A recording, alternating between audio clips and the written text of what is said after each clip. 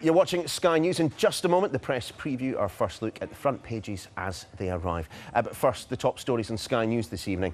And polls have closed in 2 parliamentary by-elections, with Labour facing its biggest test for at least 30 years. The party battling to defend the former strongholds of both Stoke-on-Trent and Copeland. Iraqi forces have taken control of Mosul's international airport in their long battle to try and regain control of the city from so-called Islamic State. And Sky News has learned that British security services ended their surveillance of the British-born suicide bomber Jamal al-Harith before he fled the UK in 2014. It's 10:30. You're watching the press preview, the first look at those front pages. So over the next half an hour, we'll be taking a look at what's making the headlines with the executive editor of Conservative Home, Mark Wallace, and the Observer's chief leader writer, Sonia Soda, with you both in just a second. But first, let's run you through the front pages that we have. Starting with the Metro. A record number of Eastern European migrants left the UK in the months since Brexit. The Metro's article also includes analysis from Sky's Sophie Ridge. You can see her there on the front page. The Northern Ireland Secretary, James Brokenshire, has insisted that British soldiers should be treated more fairly in investigations of the Troubles era. That's in the Telegraph. The Eye carries a candid interview with the former Conservative leadership candidate, Michael Gove. The Guardian reports that the Metropolitan Police are facing criticism for reducing funding for ethnic diversity initiatives. Hedge fund buyers have been stockpiling cobalt, and that's a worry for makers of electric cars. It's a key element of their batteries. That's the lead story in the FT. Some universities will soon offer fast-track 2-year degrees. That's according to the Times. And the Mirror goes with a striking picture showing what it calls the wrath of Doris after today's remarkable storm. More weather in the Star, which claims that winds gusted as high as 100 miles an hour in some parts. That's the wrong front page, of course. The Express says we're not done yet, as new flood warnings are expected. And the Mail, wow. Yeah, there it is. The Mail goes with a story we first told you about last night concerning dangerous tumble dryers. One to ponder. I'm joined now by the executive editor of Conservative Home, Mark Wallace, and the Observer's chief leader writer, Sonia Soda. Good evening to you both. Let's dive straight on in with a story which has provoked a huge amount of discussion here. Not deadly Doris, as the Metro describes it, but the idea that we've seen the biggest fall in net migration, what, for a couple of years?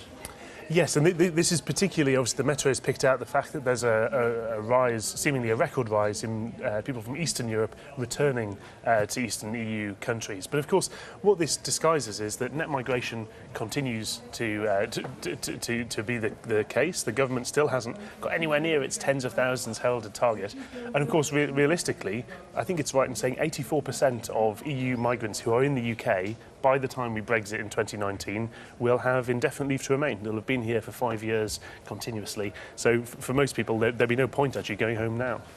And it's interesting, isn't it? Because David Davis, the Brexit secretary, he gave a speech in Eastern Europe earlier this week. And he sort of made it quite clear in that speech that he didn't think that net migration was necessarily going to come down very much from Europe as a result of us leaving the EU. And that's because, actually, if you look at sort of underneath the figures, lots of migrants over here are working as part of the health service, as part of other kind of public services. And we really sort of need those migrants. We'd have a big crisis, and I mean, we've already got a crisis in care of older people, but, you know, the crisis would be even bigger if we didn't have migrants coming into work. The other thing that I think is quite interesting, I mean, I think there's a danger in just kind of looking at the overall figures and drawing loads of conclusions from them. I think, you know, the Office for National Statistics itself said, yes, it's a fall, but it's not a statistically significant fall.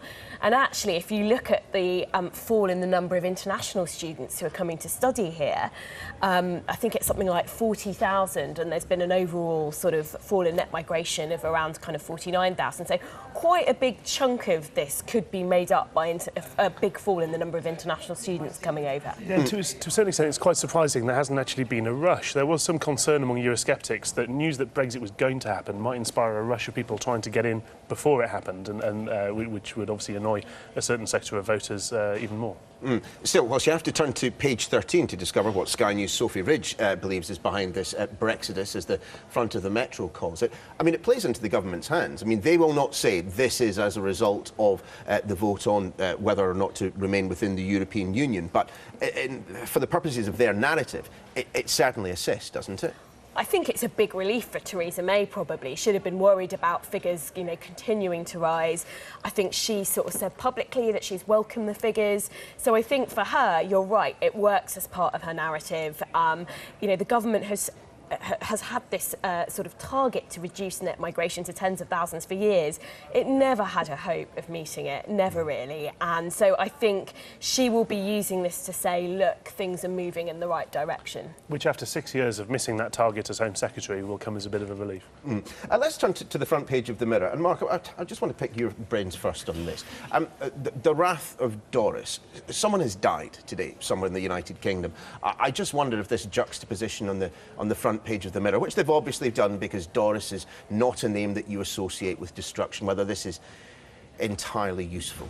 It's not a particularly useful headline, but also for me it underlines quite how ridiculous this whole Met Office Americanised habit of giving names to storms is in the first place, to be honest with you. It either means that we kind of have a very serious name and you overhype something that turns out to be a bit of wind and rain, or it means you have a name that perhaps sounds like it underplays it and invites people to joke about it when it's serious, even though, as you say, someone's very sadly been killed. So as far as I'm concerned, do we need to call storms something at all? I don't think so. It assists with media outlets, doesn't it, Sonia? Yeah, well, we all love a good weather story. And I mean, to be fair to the Mirror, you've got the Metro with Deadly Doris on the front page. I mean, I think it was always something that, the red tops were sort of potentially going to go for. But, as a weather story, it obviously kind of plays into the other big thing that's been happening today, which hasn't made the front pages yet, which is the fact that there's two by-elections going on, which is sort of really kind of Labour's, in normal circumstances, you'd be expecting Labour to win. So I think there will be if Labour loses either one of them, there will be a lot of kind of blaming of Doris going along with that, I think. Which is worth saying, I think it would be ridiculous, because actually the evidence I agree. tends to suggest that actually depressing the turnout would harm UKIP more than it would harm Labour statistically. So there's all the kind of twos and fro's, back and forth. Everybody's lining up their excuses depending on whatever result might come in. I mean, so let's just analyse some of the possible outcomes from tonight. We're looking at Stoke-on-Trent. I mean, expectations are one thing, but if Labour were to hold both seats, I mean, that would be a big result for Jeremy Corbyn, wouldn't it? It's funny you say that, because yes, there's been some pretty effective expectations management going on in the run-up to these by-elections. So yes, actually, it probably would allow Jeremy Corbyn to say, look, we've won these two by-elections in some pretty difficult circumstances. We've put UKIP to bed in Stoke. We've beaten the Tories in Copeland. But really, I mean, under any normal circumstances, these are safe Labour seats. It would be extraordinary if Labour lost Copeland, and I don't think that we should allow the expectations management from the Labour Party to really kind of detract from that. I mean, it would be the first time that the governing party has won a by-election from the opposition since the early 1980s. Exactly. We know what Corbyn's more cultist followers are like. They'll always find some reason why, even if he loses both of them, it'll be Tony Blair's fault for his speech last Friday. And Storm Doris's. Of course, and Storm Doris. So Storm Doris has played a role. We were listening to our political editor speaking to Adam Bolton a little bit earlier on. You're looking at turnout, 25, maybe 30% at tops. I mean, that will clearly have an impact in all of it. It'll have an impact, but I think it'll hurt UKIP more than it'll hurt Labour. Going on the fact that UKIP take more of their voters from people who tend not to vote in other elections.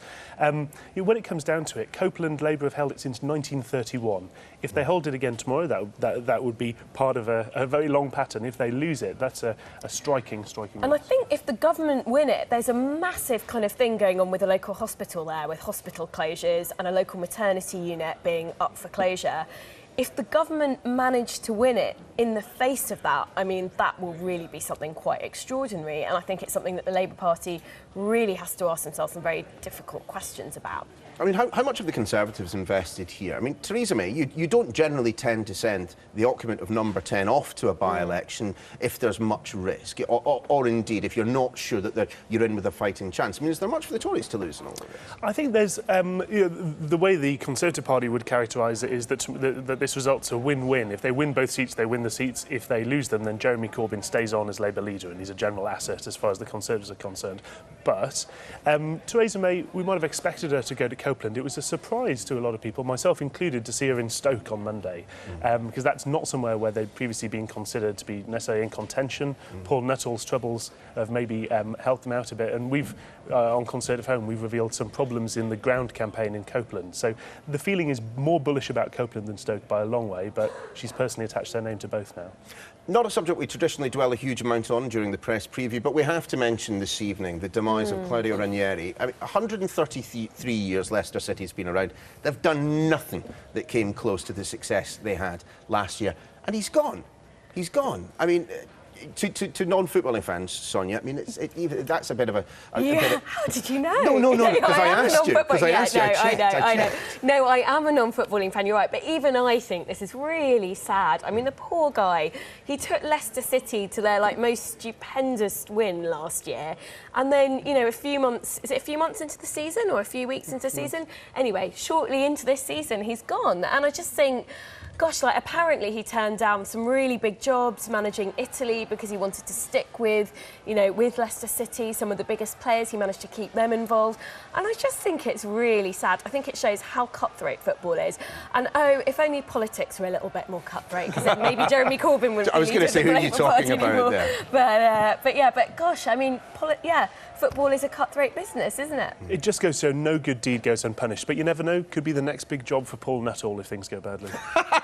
Do you know what? I'll be interested to see if the odds on Paul Nuttall taking over at Leicester City are greater than the odds on Leicester City winning the title last year. I'm not so sure. Probably around about the same. Well, let's take a pause there, shall we? We'll be coming back after the break with this story. Universities could begin offering degrees in 2 years. Good idea? We'll discuss after this.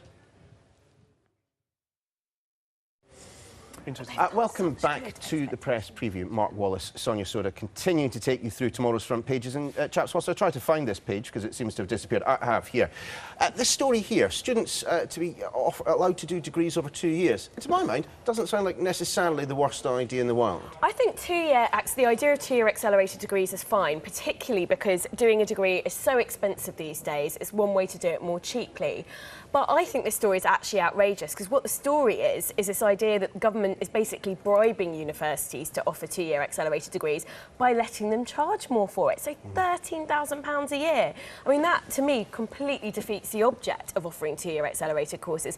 And I think there are real questions to be asked about value for money from £9,000 a year degrees. Still. And you should be able to do a 2-year accelerated degree for £9,000 a year. 3 times 9, 27. 2 times 13 is 26. You are saving money and you're getting it done in 2 years. In the detail of the story, it says up to 13,500. So you actually right, remove the incentive. I mean, admittedly, it's not much of a saving, is it? A student studying for 2 years would save on kind of living expenses and so on for a year, but it's patently ridiculous. And actually, I think this does demonstrate why there's much merit in another part of the government's university reforms, which is making it easier to set up new universities. The fact is that it's one of these few sectors where if the existing universities aren't willing to offer 2-year degrees that are more affordable, then we should have more competitors in there. Every other market, the EasyJets, the Aldis, every other market has people who are willing to do things that are quality but at better value. But the problem is it's not really a competitive market, because you've got universities that have been around for hundreds of years that have got their reputation and trade off that. So I think there need to be tougher questions asked of universities about what value they're offering for almost £9,000 a year. And universities, because of the increase in fees from £6,000 a year to £9,000 a year, was it £3,000 a year to 9? Anyway, because of the increase in fees, universities overnight saw their average funding per undergraduate go up really quite significantly. And that stands in really stark contrast to what's going on with schools funding for FE colleges. So universities have done incredibly well since 2010, partly because costs have been shifted onto students, and then there's backdoor funding from the government through the student loan system. And government has never really been very good at asking some tough questions questions from universities about value for money, what they're offering students in terms of the amount of teaching, in terms of tutorials, in terms of feedback on work. So I think this is the wrong approach. I think students should be able to do 2 years accelerated degrees, but universities really should be obliged to offer them within the £9,000 a year envelope. It's also about time that we stop this fetish about a university degree per se always being the absolute best option.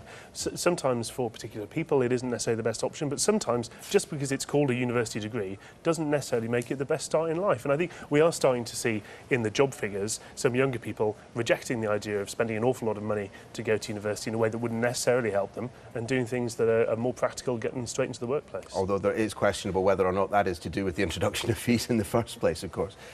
Let's go to Guardian, front page. A lovely photo there capturing some of the weather conditions today. But it's the story about the Met stifling critics with cuts to funding for black officers. This is really not a good look for the Met. And don't forget, this is a police force that has been accused of institutional racism in the past after the death of Stephen Lawrence. There have been more recent reviews saying that it doesn't properly understand diversity as a police force. And this story suggests that the funding is going to be cut for the Metropolitan Black Police Association, which is a sort of a support association for black staff that are in the Met that currently has 3 full-time staff. And what's going to happen is this is going to be merged with about, I think, 17 other sort of staff associations, and there's going to be a dramatic cut in the number of staff. And yes, the Met is operating in a climate where it needs to save money, but given it's had such a big problem with diversity in the past, it's just a really bad look, I think, for the police force. Mark, I want you to take us to the front page of the Telegraph, and a story which we're going to find at the bottom there. Taxpayer cash was used to fund an Islamic State cell. I mean, are we certain about this? We're still not entirely certain about it, but there have been these suspicions since this particular individual fled to join ISIS in 2014 that his compensation money might have gone into the pockets of the terror group. This story, as you can well imagine, has had people on every side of politics and the security services dashing to cover their faces to avoid a good dousing of egg, because this is the story of somebody who was picked up in Afghanistan in 2001. Confusingly, he was found in a Taliban prison, which obviously muddied the waters further about whether he was a Taliban fighter or not. Went to Guantanamo for 2 years, eventually was released without charge because they had suspicions but not sufficient evidence to convict. Ended up joining ISIS, and in the meantime had been paid a huge amount of taxpayers' money for the experience that he alleged that MI6 was complicit in his treatment. So this is a pretty horrendous story. There's always examples of taxpayer waste, but this takes the biscuit to an extreme degree. Well, as we were reporting earlier, the MI5 had halted surveillance on him before he'd actually left the country. No one comes out of this particularly well, do they, Sonia? Be it, the newspapers that campaign for his release and now braying for the blood of politicians of various different hues, the security services, I mean, the politicians. I mean, it's a tragedy all round. Yeah, I mean, I think that's right. I think that's absolutely right. No one does come out of this very well. I think it raises very difficult questions for lots of different people, including, as you said, the security forces. And at the end of the day, it doesn't really matter whether he was an innocent who was sort of radicalised, or whether he was already a terrorist, who then went to join ISIS with this compensation. The fact is, we just don't know. But also, the reason why he got compensation was there wasn't due process before he was chucked in Guantanamo Bay, and that's not the way we should be doing things as a country. So, I think it just raises lots of really difficult questions and exposes some real hypocrisy in the media, dare I say. Indeed. Sonia, Mark, I'm afraid we're going to have to pause there. We will see you again at 11:30. Time, though, for us to take a quick look at the weather.